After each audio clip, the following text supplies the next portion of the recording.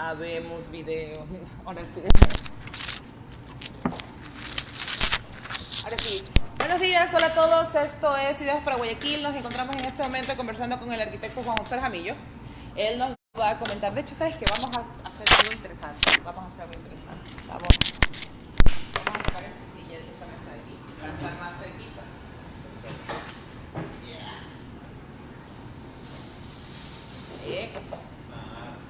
École, ahí estamos, mucho mejor.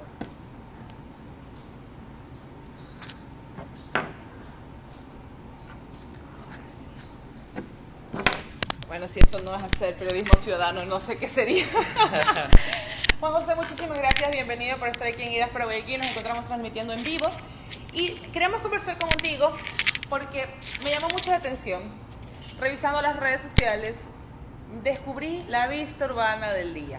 Qué bueno. Y en ese momento que comencé a averiguar y que comencé a revisar todo el trabajo que tú vienes haciendo y todo tu background. Cuéntanos un poquito, tú eres arquitecto, pero en ese momento ya no te consideras tanto un arquitecto. Quieres expandirte y tienes ya otro tipo de motivación. Totalmente. Bueno, de profesión, ¿no? Lo que estudié en pregrado, arquitectura. Sin embargo, en el transcurso de la carrera, de hecho incluso después de graduarme, nació esa nueva pasión por la ciudad. Me movía en la ciudad. Inició como una curiosidad al inicio y esto se acrecentó cuando hice mis estudios de posgrado. Realmente cuando tuve la oportunidad de viajar, hacer una maestría en una ciudad tan importante como Londres a nivel mundial, ¿no? Entre cosas buenas y malas que se pueden tener de prácticas en aquella ciudad.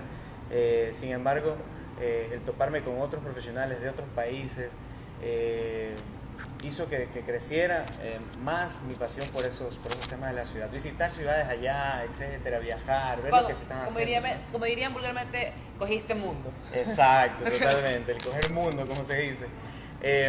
Y te cuento lo que más me llamó la atención, porque creo que es pertinente en este caso. ¿Y por qué es que hago hincapié en aquello? Sí, soy arquitecto, ¿no? Ese es mi background. Sin embargo, para hablar de ciudad, e incluso para diseñar las ciudades, no es necesario que seas arquitecto o ingeniero.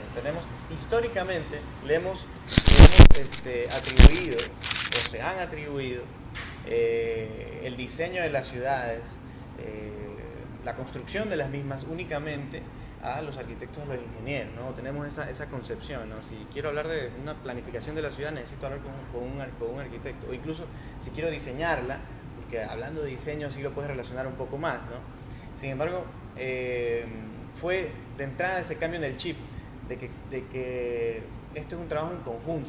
En mi curso de diseño urbano, en mi maestría de diseño urbano y planificación urbana, yo me sentaba con 10 personas a hacer trabajos en grupo y tenía sociólogos, politólogos, personas que habían estudiado negocios, economía, geografía, antropología. Entonces, fue lo primero que me llamó la atención y me quedé anonadado en cuanto a ese tema. Yo también tenía esa tendencia de, bueno, yo soy arquitecto y yo soy el que puede diseñar una ciudad, ¿no? Y te das cuenta que estás totalmente equivocado, que intervienen todos esos otros aspectos.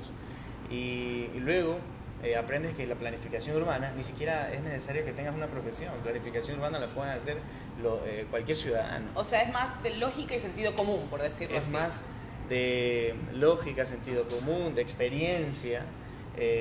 Recordemos que los seres humanos somos los más impredecibles, ¿no? Entonces, por más que tú hayas estudiado 10 años de alguna carrera en planificación incluso, no vas a poder predecir al 100% el comportamiento del ser humano. Entonces, se trata de una tarea del diario vivir, e ir percibiendo, sí, comportamientos para que la planificación urbana vaya de acuerdo a esos comportamientos.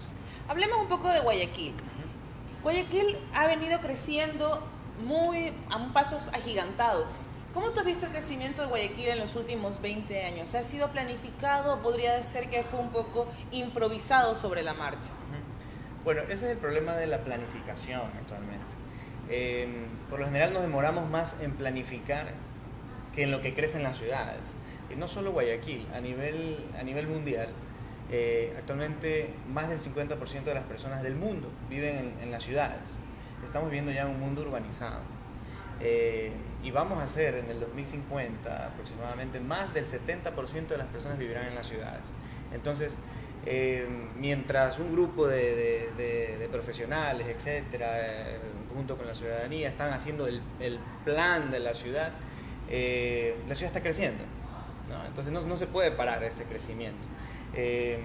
Y es un poco lo que no ha sido ajeno tampoco Guayaquil, ¿no? Ha habido ajeno a ese crecimiento acelerado. Sin embargo, es importante que haya la planificación, ¿no? Que las planificaciones no duren tanto, que no dure tanto hacerlas, sino planificar al día a día, planificar a tiempos más cortos.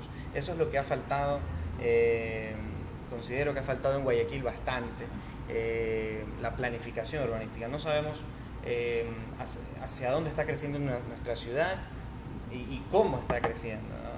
O hacia dónde la queremos llevar. Para eso es la planificación, para saber detectar cómo está creciendo, hacia dónde y si ese es el camino a seguir, ¿no? Realmente ha habido esa falta de prevención en cuanto a analizar estos temas, ¿no? ¿Por qué está creciendo así la ciudad? Claro, no solamente es decir este es el problema, sino también analizar el problema y poder resolverlo, no siempre justificar la situación. Totalmente.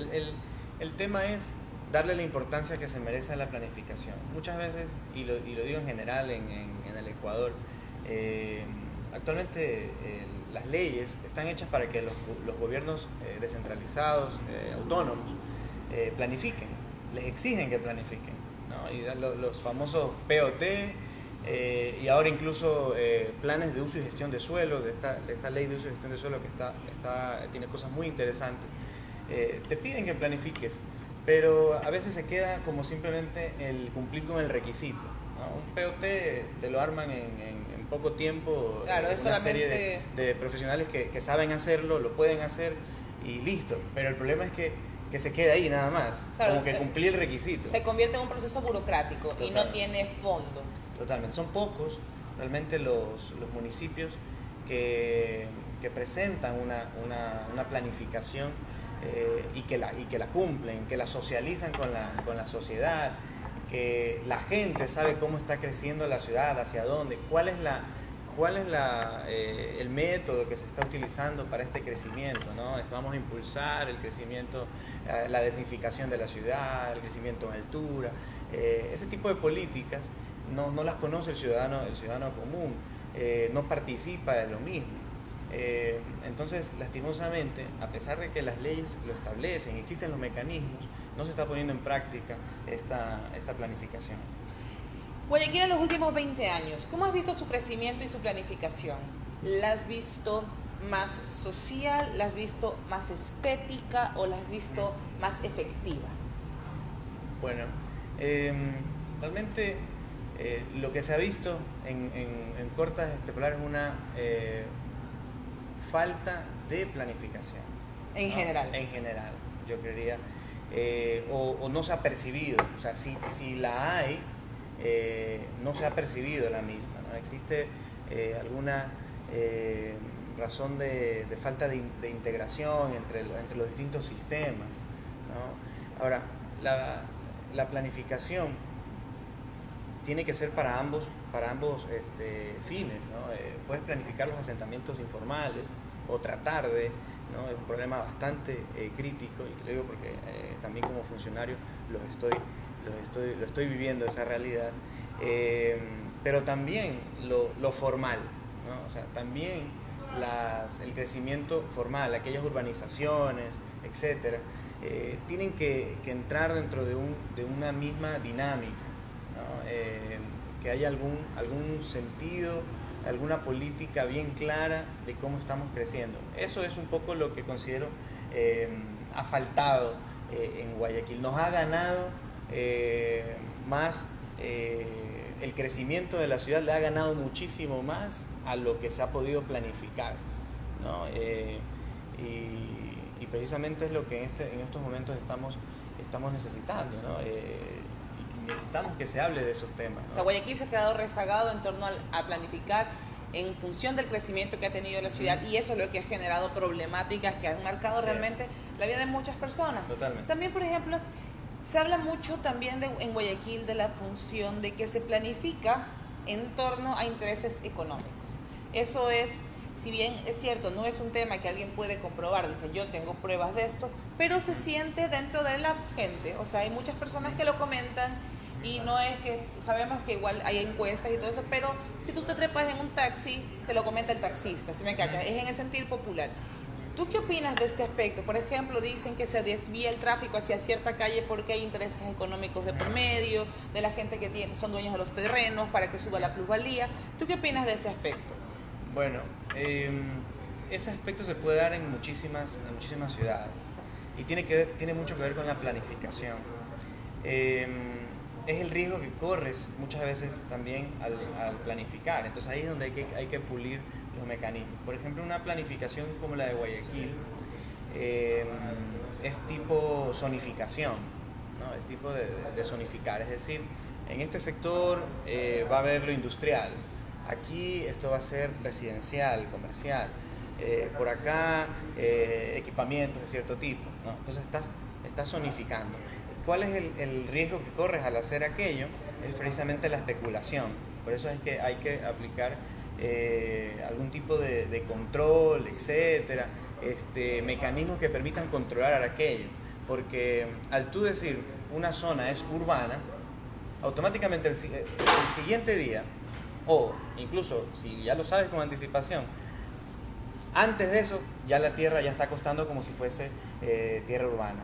Entonces es justamente lo que hay que ajustar para poder tener esos controles, porque una planificación de ese tipo produce esos digamos efectos secundarios, ¿no? El poder tener una especulación del cielo, o sea, del suelo, perdón. O sea, que hoy esto está como agrícola y yo ya lo cambio urbano, automáticamente te sube 10 veces el precio. Entonces, antes de tienes que tener ese mecanismo que permita el que no haya esa especulación, ¿no? Para eso hay que también elaborar políticas, elaborar leyes que controlen esta situación. Totalmente. Porque realmente la persona que tiene el poder de determinar esta va a ser una zona urbana lo sabe con anticipación y se pueden dar estos casos sí. de compra ahora, en especulación. Ahora, lo que te digo es, este es un método de planificación, ¿no? La zonificación, se utiliza en muchas ciudades.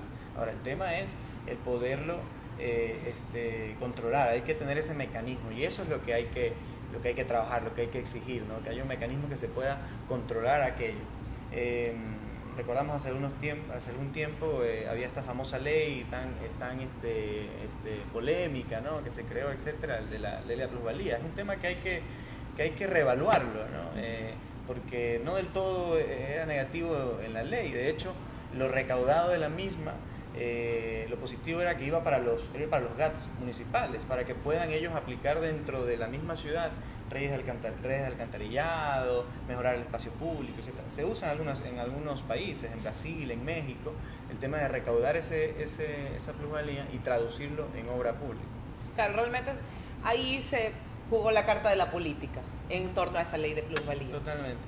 Pero creo que es digno de que se pueda redebatir, se pueda reanalizar, porque no es solo el hecho de si ya, no sé, un grupo de personas deciden que no va más una cierta ley, no quiere decir que tiene que desecharse todo, sino que poder redebatir lo mismo y a lo mejor poder tener una mejor ley, ¿no? Es mejor atender a que no exista, ¿no? En torno al tema de Guayaquil, hay muchas inquietudes dentro de las personas. Justamente aquí en Ideas para Guayaquil, uno de nuestros fines es encontrar problemas y a esos problemas buscar dentro de la ciudadanía propuestas para mejorarlos. Un grupo de estudiantes de la Universidad Estatal de Guayaquil tiene un proyecto que se basa en la acupuntura urbana, es tratar un cuerpo enfermo e inyectarles puntos de vida. Ellos, aparte de eso, su proyecto es muy amplio, pero es para rescatar y rehabilitar al centro de la ciudad. Y hablan puntos muy importantes. Número 1, la peatonización de ciertas calles, redirigir el tráfico para que sea equitativo entre las calles. Pero, por ejemplo, ellos comentaban de que si todo el tráfico se desvía hacia Malecón, las calles paralelas a Malecón mueren, porque no tienen flujo de personas que puedan activar el comercio. Y también lo que tú contabas, la zonificación. En Panamá tenemos la zona rosa, tenemos más al sur la zona bancaria, entonces el uso de suelos está perjudicando a que sea integralmente sana esa zona, de la parte en el punto de vista comercial y también de hábitat, porque mucha de la gente está migrando del centro. Ya la gente, por ejemplo, no quiere vivir en el centro. Estaría bien, ¿cómo ves tú desde tu punto de vista el hecho de que simplemente peatonizar ciertas calles del centro, implementar ciclovías, que el Boulevard 9 de Octubre de repente sí sea un boulevard y no sea solamente una calle ancha? Bueno, hay que partir de una premisa. Yo creo que de todo lo que has comentado, que son algunos puntos bastante interesantes, la premisa es que hay que recuperar el centro, ¿no? En cierto punto. O más que recuperar el centro, porque el centro tiene actualmente su propia esencia, ¿no? Es atraer también a la gente a que vaya al centro. Hay mucha gente de Guayaquil que no conoce, que va muy poco, ¿no? O solo va a la 9 de octubre y a la calle del Malecón. Y cuando viene algún pariente del Parque de las Iguanas o algo así, o al cerro, ya no es un atractivo el centro, es de paso. Exacto, es un tema de paso. Entonces, lo que hay que mejorar es la conectividad para que la gente pueda ser atraída por este centro. Mejorar los usos de suelo, ¿no? El centro está muy enfrascado en una sola actividad. Las calles del centro de Guayaquil, desde la mañana hasta 3, 4 de la tarde, y eso es como máximo, es donde hay mayor actividad, donde están repletas de gente. Tú caminas y te encuentras gente por todos lados, se ve una gran actividad, lo cual es muy positivo para la ciudad. Pero ¿qué pasa? Que somos la gran cantidad de actividad está como a un mismo tipo de negocio, ¿no? El comercio, etcétera, que a cierta hora se termina. No se diversifica. No se diversifica. De ahí para adelante, las calles comienzan a aparecer como pueblo fantasma. Exacto. Entonces nos no queda solo por ahí ciertos clubs, ciertos discos, etcétera. A veces no de muy buena fama. Y eso también genera esa sensación de inseguridad en la gente. Entonces, ¿qué es lo que hay que implementar? ¿No? Y puedo también traer ideas, porque esa es valga la redundancia, la idea de esta. Claro. De hecho, por eso programa. te venimos aquí a comprometer, Así pero también nos des propuestas aquí a Guayaquil. Sí. Es mejorar la mezcla de usos, ¿no? Si una ciudad se acostumbra a solo, o una parte de ella está solo enfocada en un solo uso, uno o dos usos, que tienen un horario determinado, vas a condenarte a que en el resto del tiempo la ciudad va a estar vacía, ¿no? Si bien hay áreas que sí son específicas. Por ejemplo, una zona bancaria es muy difícil que la cambies de ser zona bancaria, ¿no? Pero sus áreas aledañas sí puedes tener otra dinámica. ¿Qué pasa? Tú puedes mejorar una calle, la puedes hacer peatonal, ¿no? Como un criterio para entrar en la onda de mejorar la caminabilidad en las ciudades, etcétera, que es un tema bastante amplio que me encanta. Sin embargo, tú puedes hacer la obra, hacer tu peatonal bien bonita con los adoquines, como pero quieras. Si no tienes una... Ya, pero resulta que, ejemplo, justamente me parece que es la calle Panamá la que da con la clínica, esta que arreglaron, le pusieron las estatuas del cangrejero, Sí, sí. es justamente la calle Panamá, ¿no? Ese es el ejemplo vivo. Para la postal está preciosa, está hermosa. El material... le ganaron este espacio al peatón, ¿no? Tú dices que muy buen criterio, es decir, solo hay un carril, claro. O sea, vamos por ahí. Pero hay una diferencia entre lo que... ¿Qué pasa con los usos? Tienes ahí, esa calle le da la espalda a un hotel que en la parte de atrás no tiene nada. Que más adelante hay un bar, club, que abre solo en la noche, obviamente. Por acá está Servientrega, por acá está el CAPI, no sé si todavía está por ahí. De más adelante una clínica y ya está. Entonces, ¿qué te va a producir eso? En la noche eso está totalmente desolado, o solo hay actividad en estos bares, discotecas que hasta en un momento hasta mataron, creo que, claro. o hirieron muy gravemente a una chica. Y aparte solamente es de jueves a sábados, por decir así. Si hay movimiento hay 3 días a la semana, pero lunes, martes, miércoles, jueves y domingo.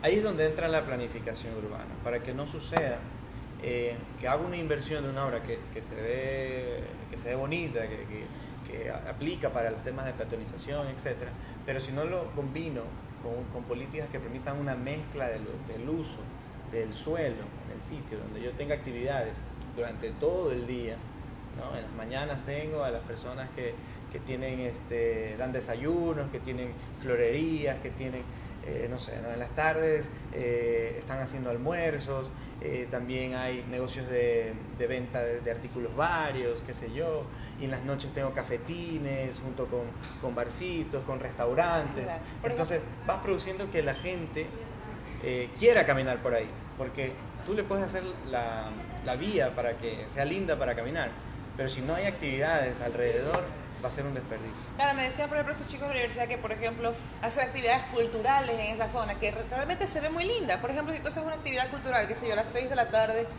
eventualmente van a poner una cafetería, van a poner una tiendita, Exacto. van a poner un lugar de cabinas telefónicas, o sea, las necesidades que comienza a generar son las que reviven un lugar. Y otro punto muy importante que ellos topaban es la concepción errónea que tenemos muchas veces en Guayaquil de que todo espacio público es público. Hay muchos espacios que nosotros creemos que son públicos y no lo son. Hablando de la parte del centro, el Malecón 2000. Más bien yo creería que es al revés la concepción. Creo que nosotros creemos que todo espacio público es privado. Claro. Más bien, y no se apropia. Exacto. Y no hay más bien creo que tenemos esa concepción de no reconocer lo público. No sabemos qué es lo público y ese es un problema. Claro, pero por ejemplo, Malecón 2000 no es público. Exacto. Ese es el mayor ejemplo de algo que la gente cree que es público y no lo es. La gente realmente desconoce que el Malecón 2000 no es público, es privado. Ya. Malecón 2000 tiene precisamente ese caso, ¿no? Por eso decía la concepción. Puede ser hasta indiferente para la persona, ¿no? Porque estás dentro de un entorno que te hace, que al menos en mi parecer, te hace sentir como en un espacio privado, ¿no? Entonces, pero como la gente está acostumbrada a aquello, realmente no se pone a analizar o a ver, o no generalicemos, ¿no? Pero analizar el hecho de ¿estoy en un espacio público o estoy en un espacio privado? Claro. Ahora, ¿por qué uno puede pensar que está en un espacio privado? Ves las restricciones para el uso del mismo, para el ingreso, restricciones de horarios, costos adentro, costos en ciertas cosas, una guardia privada, etcétera, ¿no? O sea, áreas de estilo centro comercial, incluso dentro. Es una política utilizada, ¿no? Con los argumentos de la seguridad. Claro. ¿No? Sin embargo,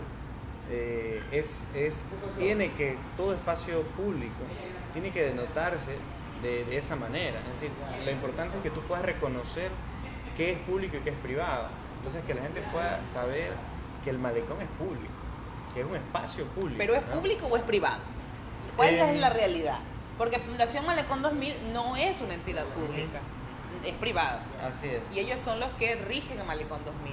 Malecón 2000, en su definición, yo lo definiría como un espacio que se suele llamar también estos espacios semipúblicos. Es decir, ni para ti ni para mí. Es decir, exacto. Es decir,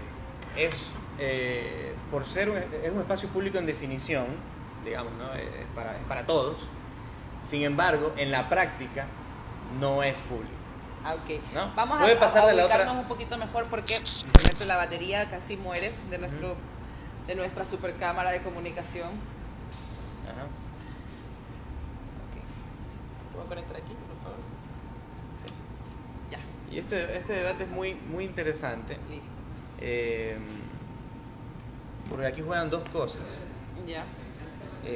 Lo que es versus lo que percibe la ciudadanía. Ok. ¿No? Es un espacio público, pero se percibe como privado y de hecho está administrado por una fundación privada. ¿No? Entonces existe esa diferencia entre lo que es y lo que se percibe. Ahora, puede pasar del otro punto también. Cuando hay un espacio que sí es privado, ¿no? Pero que está abierto al público, también en ese caso se llaman espacios semipúblicos, es decir, que no se definen tanto como lo perciben las personas, como un espacio netamente público. Entonces ahí entramos un poco en ese debate. Realmente ese es un debate eterno que se podría conversar horas de horas. qué es lo público, ¿no? Hasta dónde termina, dónde comienza y dónde termina lo público, y qué mecanismos lo hacen menos público en ocasiones. Entonces, por eso yo me animaría a definir al malecón como que está dentro de esa denominación de un espacio semipúblico, es decir, no termina de ser totalmente público por todas estas limitantes, pero sin embargo brinda atención a gran cantidad de ciudadanía. De hecho, nadie puede negar de visitantes que debe ser, no tengo los datos, pero debe ser el espacio más visitado de la ciudad, y cada vez que viene alguien, tú vas al malecón y tiene muchos aciertos. Funciona en muchas partes, funciona bastante bien, es un espacio placentero, se lo mantiene bien. Hay que aceptar que el espacio está muy bien mantenido, en cuanto no ves tipos de estructuras abandonadas, desgastadas, etcétera. Es parte de esa política que ha permitido aquello, ¿no? Sin embargo, viendo en el aspecto urbano, o sea, en el aspecto ya de uso del malecón, se pueden ver muchas cosas, porque el malecón es extremadamente largo. Estamos hablando de que es un chorizo largo, exactamente. Y tiene aciertos y desaciertos dentro del mismo. Pero, por ejemplo, tienes las partes que son estilo mall, en las cuales la gente se refugia del calor. Sí. ¿Por qué se refugia la gente del calor? ¿Y por qué las actividades que realizan afuera no son disfrutadas en su totalidad? Porque las que tienen respectiva cobertura de árboles para proveer sombra y que te permiten y que tienen agua realmente, porque tú sabes que hay diferentes plantas, hay las que dan sombra y tienen agua, y las que te dan sombra y apenas te dan sombra y no tienen las maderables. Entonces, las partes donde te puedes divertir dentro del malecón, que están cubiertas, todas cuestan.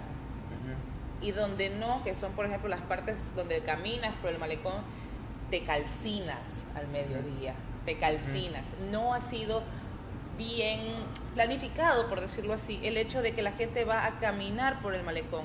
Las partes que están en el borde justamente del malecón, muchas de ellas no tienen árboles, no hay sombra, y te calcinas, te mueres del calor. ¿Por qué se da eso? ¿Tú crees que es algo que se podría solucionar? Por ejemplo, hacer arcos con plantas trepadoras. O sea, siempre hay formas de solucionar el aspecto de la sombra. Y te vas más a la parte del norte y tienes estos juegos mecánicos que son bastante costosos y que no son realmente de uso masivo. Entonces, ¿quién decide qué se hace en el malecón? ¿Quién decide y quién decide realmente? ¿Quién tiene la potestad de decir esto se va a hacer aquí, va a costar tanto, y quién gana esas regalías? Pero estamos hablando de que sí es una empresa privada la que maneja las atracciones del malecón, por decirlo así de alguna manera. Sí, bueno, otra vez, amplio todo bastante, el tema. Sí. Perdón, hablo mucho. Voy a tratar de empezar más o menos por donde empezaste tú. Claro, hay muchas cosas que se pueden hacer para mejorar lo principal en el espacio público de Guayaquil. En el espacio público de Guayaquil lo principal es tener sombra. Al momento de tener sombra, automáticamente mejoras muchos de los problemas.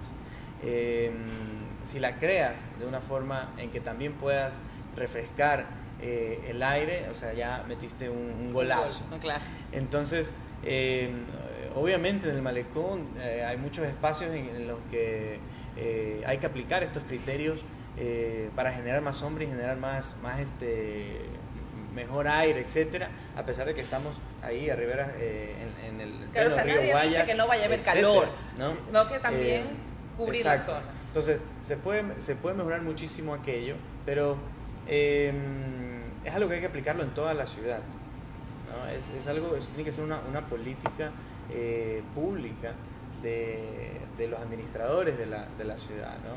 El mejorar todo este espacio. Yo te puedo decir que muchos peores casos que el Malecón 2000. O sea, el Malecón 2000 estaría en cuanto a aquello entre lo mejorcito, ¿no? Pero nos vamos a otros sectores en donde vemos aceras pequeñitas, en donde vemos calles inmensas, avenidas sin ningún tipo de protección para el peatón, las personas que a diario transitan, ¿no? Para los barrios, el hecho de poder estar, de caminar por una acera y sentir esa protección, etcétera. Entonces, es algo que sí, podemos mejorar mucho en el malecón, pero hay que trasladarlo a toda la ciudad.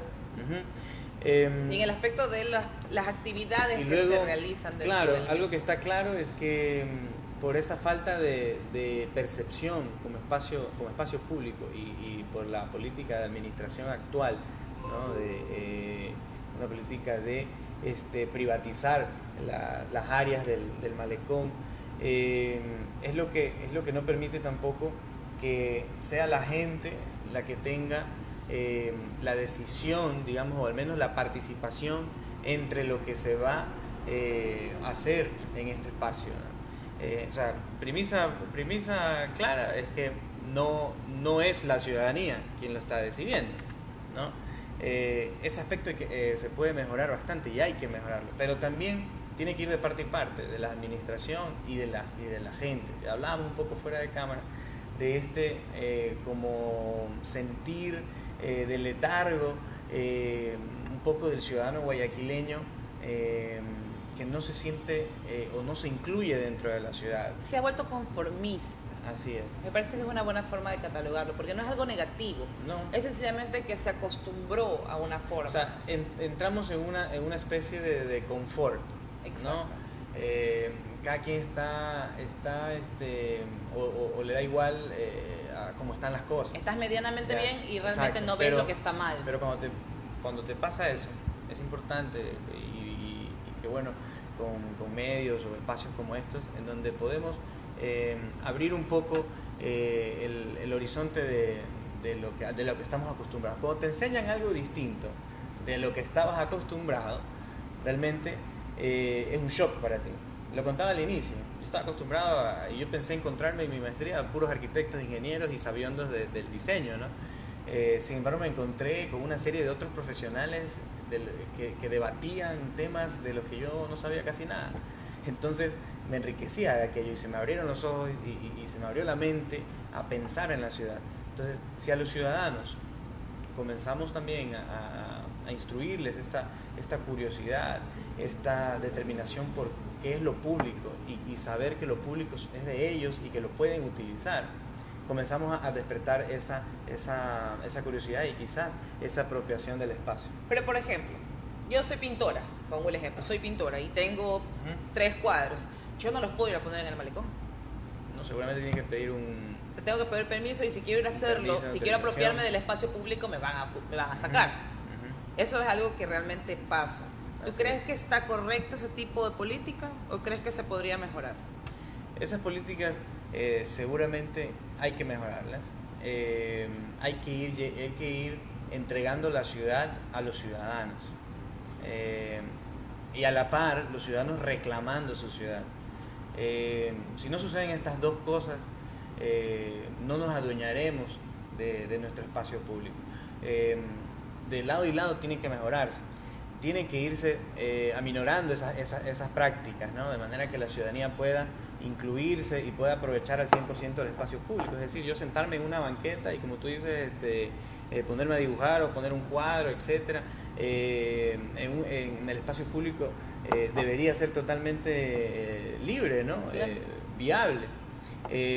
Entonces, hay que ir mejorando o yendo de a poco eliminando ese tipo de prácticas. Sin embargo, paralelamente la ciudadanía tiene que irse adueñando de los espacios. Hay muchas veces que tenemos en nuestra esquina de la casa una plaza o un parque y no se lo utiliza. O creemos que ni siquiera tenemos la concepción de que si es público o privado. Eso te decía, por eso es importante dentro ya de convivir en la ciudad y de diseñar una ciudad, es importante que esté bien delimitado qué es privado y qué es público. Entonces, si yo veo un parque con rejas, ¿no? Te da la percepción de que es privado. No te da la percepción de que es público. Si yo veo un parque que aparte que tiene rejas, lo cierran a las 7 de la noche. Aparte que tiene rejas, tiene un horario de apertura, un horario de cerrarlo. tiene ciertas reglas, te dice, bueno, aquí tú no puedes entrar así, así, así, asado, asado. Claro, hay derecho de admisión. Entonces, desde la concepción de ese espacio, ya tú estás cerrando un espacio público y lo estás haciendo menos permeable. Y realmente esa es una política que hay que corregir. O sea, ya hay que irnos a las tendencias actuales, es decir, ya no segregar con estas barreras que son los cerramientos, ¿no? Ver qué otros mecanismos existen para que los espacios sean mucho más permeables, mucho más abiertos. En este aspecto, el alcalde se pronunció esta semana y dijo, son de las propuestas desequilibradas que nacen por ahí, pero que me parece que pueden hacer un cambio al final. Dijo que, por ejemplo, quitar las rejas del Malecón 2000 sería un caos, y que en general quitar las rejas en cualquier parque sería un caos. Bueno, realmente es algo que visualmente, esto no lo digo de un aspecto de algo muy pensado, sino de lo que tú sientes, es de percepción. Guayaquil es la ciudad de las rejas. O sea, no solamente por seguridad todas las casas de Guayaquil tienen rejas, sino que además todos los espacios de Guayaquil tienen rejas. Y la política de la reja es algo que marca mucho esta ciudad que cada vez se está volviendo más gris. Sí, este tema me encanta, el tema de la seguridad, ¿no? De ese argumento de la seguridad y del encerrarnos, que no solo se da, como tú lo has marcado, en los espacios públicos de nuestra ciudad, sino también en nuestras casas. Nos encerramos, todos nos encerramos. Claro, Guayaquil es una ciudad de ¿no? cemento y rejas. Entonces, claro, te da esa percepción de que ese espacio no es público, no es totalmente público, de que es privado. Ahora, todo cambio drástico en una ciudad va a crear un caos, pero en algún momento hay que hacerlo.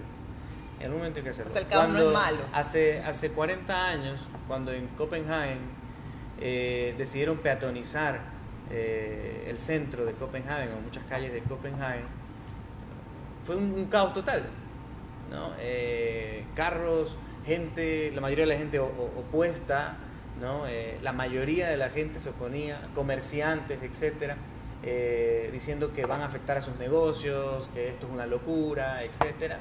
Y ahora Copenhague es una de las ciudades ejemplo en el mundo en cuanto a peatonizar, en cuanto a otros medios de transporte como la bicicleta. Entonces, todo cambio drástico va a crear un caos. Y indudablemente puede darse, pero alguien tiene que hacerlo en algún momento, porque no podemos seguir en esa tendencia de encerrar los espacios públicos. O sea, sí debe haber un cambio en el modelo de cómo se socializan las cosas y cómo se plantean, porque realmente la teoría del encierro es algo que se vive en Guayaquil hasta el día de hoy y que viene desde los últimos 40 años. Totalmente. En pro de ir entrando, de que la ciudad vaya entrando en esta tendencia del hábitat actual, que es una tendencia del derecho a la ciudad, del entregar la ciudad a los ciudadanos, del aprovechamiento del espacio público, del transporte, los transportes alternos, de eficiencia del transporte público, etcétera. Si queremos ir entrando en esa tendencia, que es a donde debemos ir, porque el mundo está yendo hacia allá, y ya estamos algo atrasados, debemos ir tomando este tipo de decisiones, ¿no? Ir ya liberando ciertos espacios y que la ciudadanía pueda hacer aprovechamiento de los mismos. En algún momento alguien tiene que hacerlo y si va a ser un caos tendrá que asumir aquello, porque ciudadanía y autoridades. Mientras sea por un fin positivo, hay que tomar el riesgo de aceptar ese caos. De otra forma nunca vamos a salir de aquello, de otra forma siempre vamos a tener las rejas en todos lados. Ahora, ¿cuál es lo interesante de este tema? O uno de los puntos interesantes.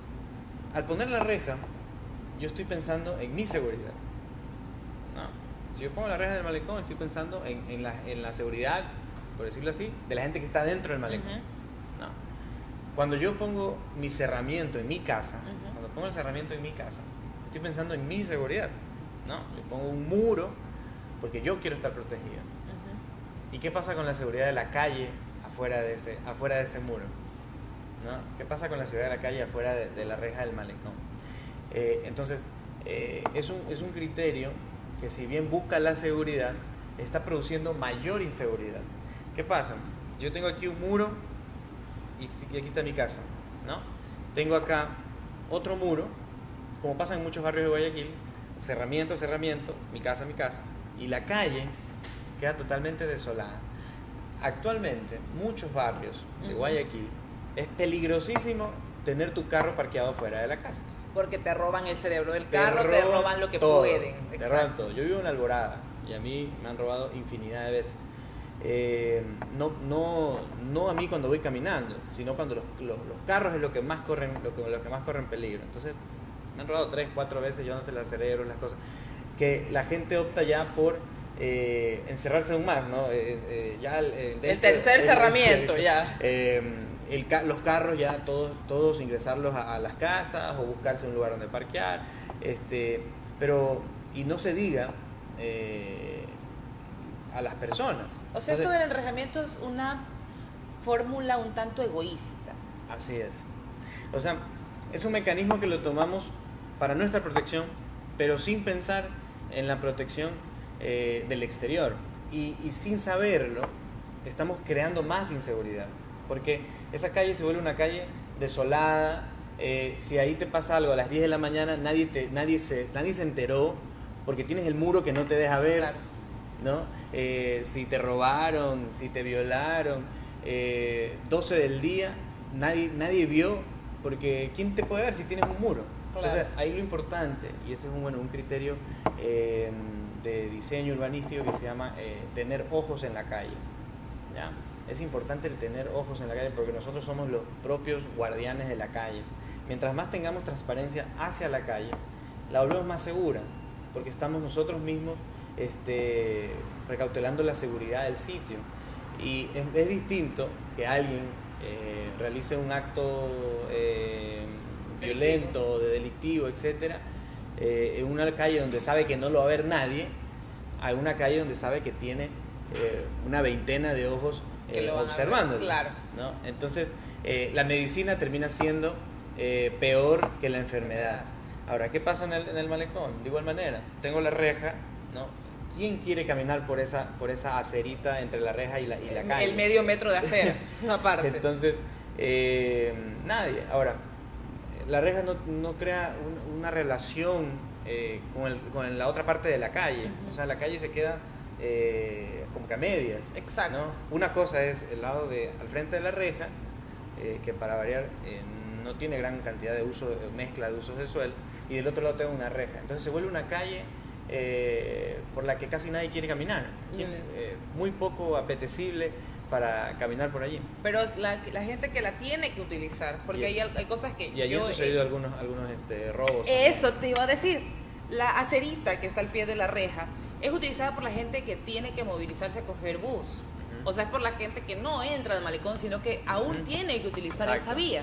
Entonces, en el momento en el que cuando entre semáforo y semáforo, en la mitad, se llena de carros esa área, del otro lado de la cerca está la seguridad, cualquier vigilante, cualquier agente de ATM está en el semáforo, hay mucho carterista que se va llevando las cosas de la gente que está afuera de la reja. Sí.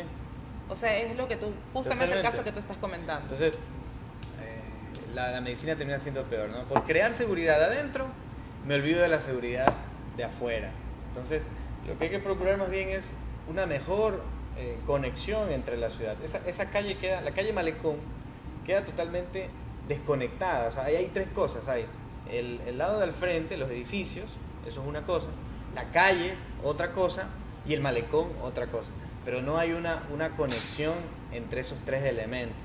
Es decir, de hecho, hay muy pocas puertas, ¿no? Entonces, no permite que tú sigas la trama de la ciudad y que puedas ingresar por distintos lugares. Claro, todas las bocacalles deberían tener una puerta de ingreso en el menor, en el peor de los casos. Sería un mecanismo como para integrar mucho mejor esa calle y crear más actividad, o sea, que haya una cierta actividad también dentro de la parte de los edificios, más o menos equiparada a la que hay en el malecón. No se crea una división. La calle está viendo ahí casi que dos ciudades, ¿no? Una desde la calle del malecón hacia el Centenario y otra de la calle del malecón hasta donde termina el malecón. Bueno, vamos ahora a poder regresar acá para poder volver a conversar bien, porque ya vamos a ir finalizando y quiero conversar contigo. Antes de nada, gracias a toda la gente que está conectada y que se ha conectado durante toda la transmisión. La gente que está comentando también, muchísimas gracias. Este aspecto de las rejas, para concluir ese tema. ¿Te gustó ese tema? A mí me encanta, a mí me fascina porque aparte, yo vivía en Quito. Ajá. Y yo viví, por ejemplo, la eliminación de las rejas en la zona de la Casa de la Cultura. Ah, espectacular. Y recuerdo y tengo claro el shock positivo que sentí de las rejas, ver las rejas y de repente un buen día te da esa sensación de profundidad verde, ¿sí me cachas? O sea, es como que te da una sensación de libertad muy especial. Y por ejemplo, allá los parques no tienen rejas. Bueno, no vayamos muy lejos. Acá pasa en Parque Samanes. En el Parque Samanes, exacto. Sin embargo, el Parque Samanes tiene un sentimiento, pero también es porque es Hay nuevo. muchas cosas que Parque analizar del Parque Samanes, por si acaso. Pero realmente, en el centro de Guayaquil, que es donde realmente deberías potenciar el turismo, todo es rejas. ¿Tú crees que es posible una Guayaquil sin rejas en sus parques? Claro que sí, es totalmente posible.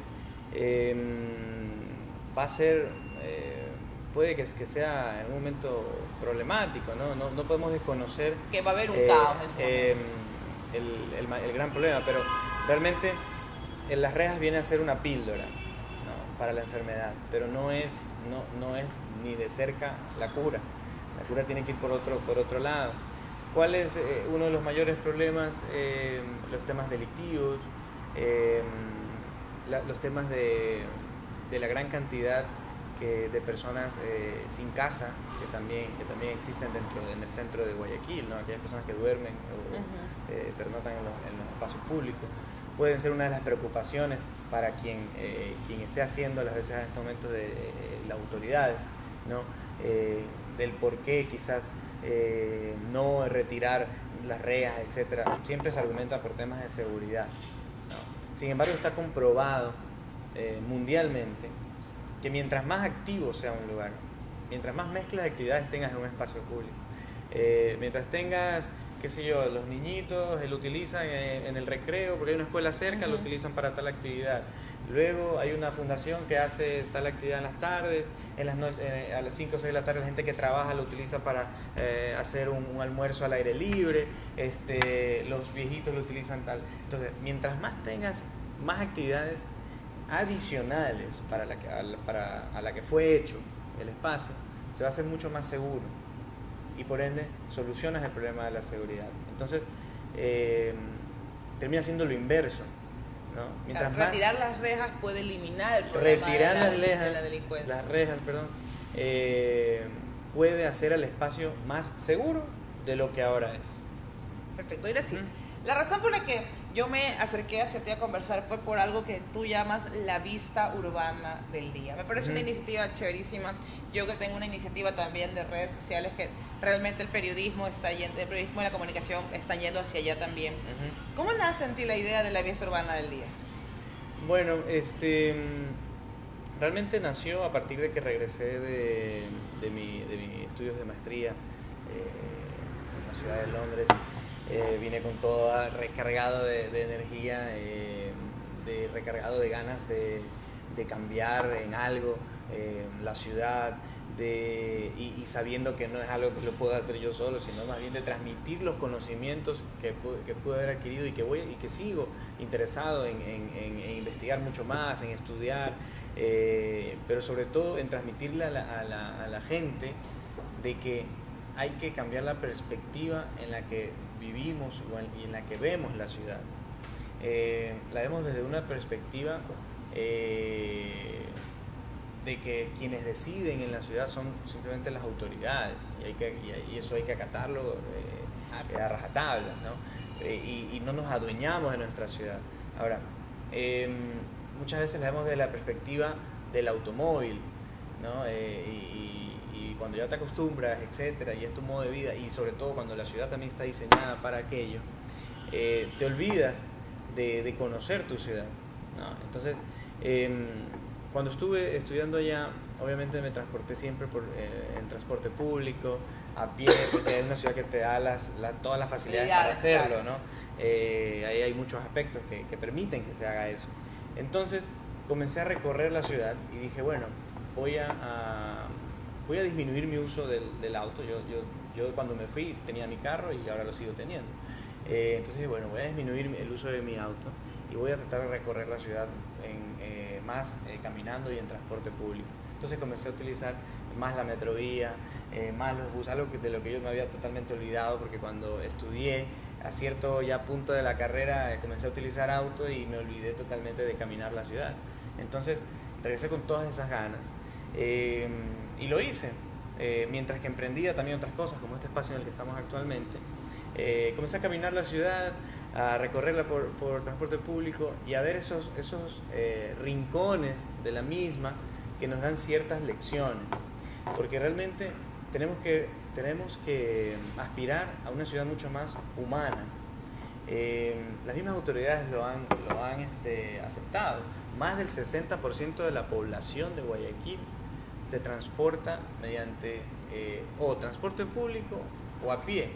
De hecho, todo ese porcentaje es considerado, son peatones, porque siempre te vas a transportar a pie. Claro. Por más que en un momento cojas un bus, etcétera, terminas que recorrer la ciudad. Entonces, estamos hablando de que si más del 60% se transporta de esa forma, la ciudad debe ir diseñada pensando en esa gran mayoría, ¿no? En las personas que caminamos la ciudad. Entonces, de allí nació esta iniciativa para que las personas comiencen a ver esas distintas perspectivas. Justamente tenemos aquí la vista urbana del día. Así es. Y me gustó mucho el hecho de que ha tenido cierta acogida. Muchas cosas me ha pasado que la gente no ha notado, ¿no? Por ejemplo, justamente esta última fotografía, la que ha generado algo de ruido en el ambiente guayaquileño, el tema de esta calle en Sauces. Yo recuerdo... Acercar para que la gente vea a qué calles nos referimos. Ajá. Y yo recuerdo mucho esta calle porque yo vivo en el norte de Guayaquil. No vivía en Sauces sino en La Alborada, pero se pasa muy a diario por este barrio, por esta ciudadela. Tenía algunos amigos que vivían allí, etcétera, y siempre había esta especie de como que entro a otra ciudad. Cuando entras a estas calles de Sauces, te sientes en otra ciudad bastante verde. Todas tienen estos árboles de troncos anchos. Árboles gigantes, tienen estos parterres gigantes, tienen aceras inmensas, es decir, aquí está la casa y tengo como 10 metros de acera o hasta más. Y los invito a que caminen por estas calles. De hecho, parecida a esta, hay muchas en Sauces, y hay una que es paralela justamente a esta de aquí, gran avenida que da con el siguiente redondel. Anda un sábado en la mañana y vas a poder ver en la esquina tal está la señora con el puestito de comida, de ni sé qué cosa. Por acá están unos chicos jugando pelota. Por acá hay una señora cruzando la calle debajo de un árbol esperando a que pase el carro para poder cruzar. Entonces veo una gran cantidad de actividades que hacen mucho más seguro. Puede pasar que la percepción, por los temas también de delincuencia que a veces se ven en televisión, en otros lados, te pueda hacer pensar de que es un espacio peligroso, pero luego cuando lo transitas y ves esa gran cantidad de actividades, etcétera, te sientes protegido por la gente que está alrededor. Estás realmente caminando en un barrio. Entonces, ese fue el objetivo de la vista urbana del día, que la gente vea otra perspectiva de Guayaquil desde el punto de vista del ser humano. Ninguna de las fotografías, y dije que me lo propuse así porque dije no puedo faltar a las convicciones, todas son caminando, todas son a pie. ningún momento es tomado desde un vehículo, etcétera. Claro. Precisamente para demostrar aquello. Me voy a ir en mi carro a tal lugar porque quiero tomar la foto en tal lugar. De hecho, por eso es que ha minorado realmente un poco las vistas urbanas. Al inicio eran realmente una diaria. ¿Ya? Cuando ya entré a trabajar en un trabajo más regular, que es en Midubi, donde trabajo actualmente, donde tienes que cumplir un horario y a veces, como el puesto que tengo, no hay horario, de hecho, es complicado. Se ha minorado bastante. Pero la gente puede colaborar contigo. Totalmente. Así que los invitamos a que utilicen el hashtag. De hecho, mucha gente lo ha utilizado en todas sus fotografías, cuando estén caminando por la ciudad y vean algo interesante, un punto bonito de la ciudad, no solo el tema estético, sino el tema de las actividades que hay, ¿no? Lo que sucede cuando alguien coge su pequeña veredita y pone una mesita y conversan, cuando espontáneamente 2 o 3 personas están sentadas en el mismo sitio y eso crea una interacción entre ellos. O sea, el captar esos momentos. Los invito a que utilicemos el hashtag La Vista Urbana del Día. Tenemos ya alrededor de unas 300 publicaciones y de las cuales mías son solo una tercera parte, o sea que hay una cierta participación y esperamos que se sumen mucha más gente. Realmente tu iniciativa va un poco ligada a nuestra iniciativa Ideas para Guayaquil, porque realmente con un celular puedes retratar una ciudad. Así es.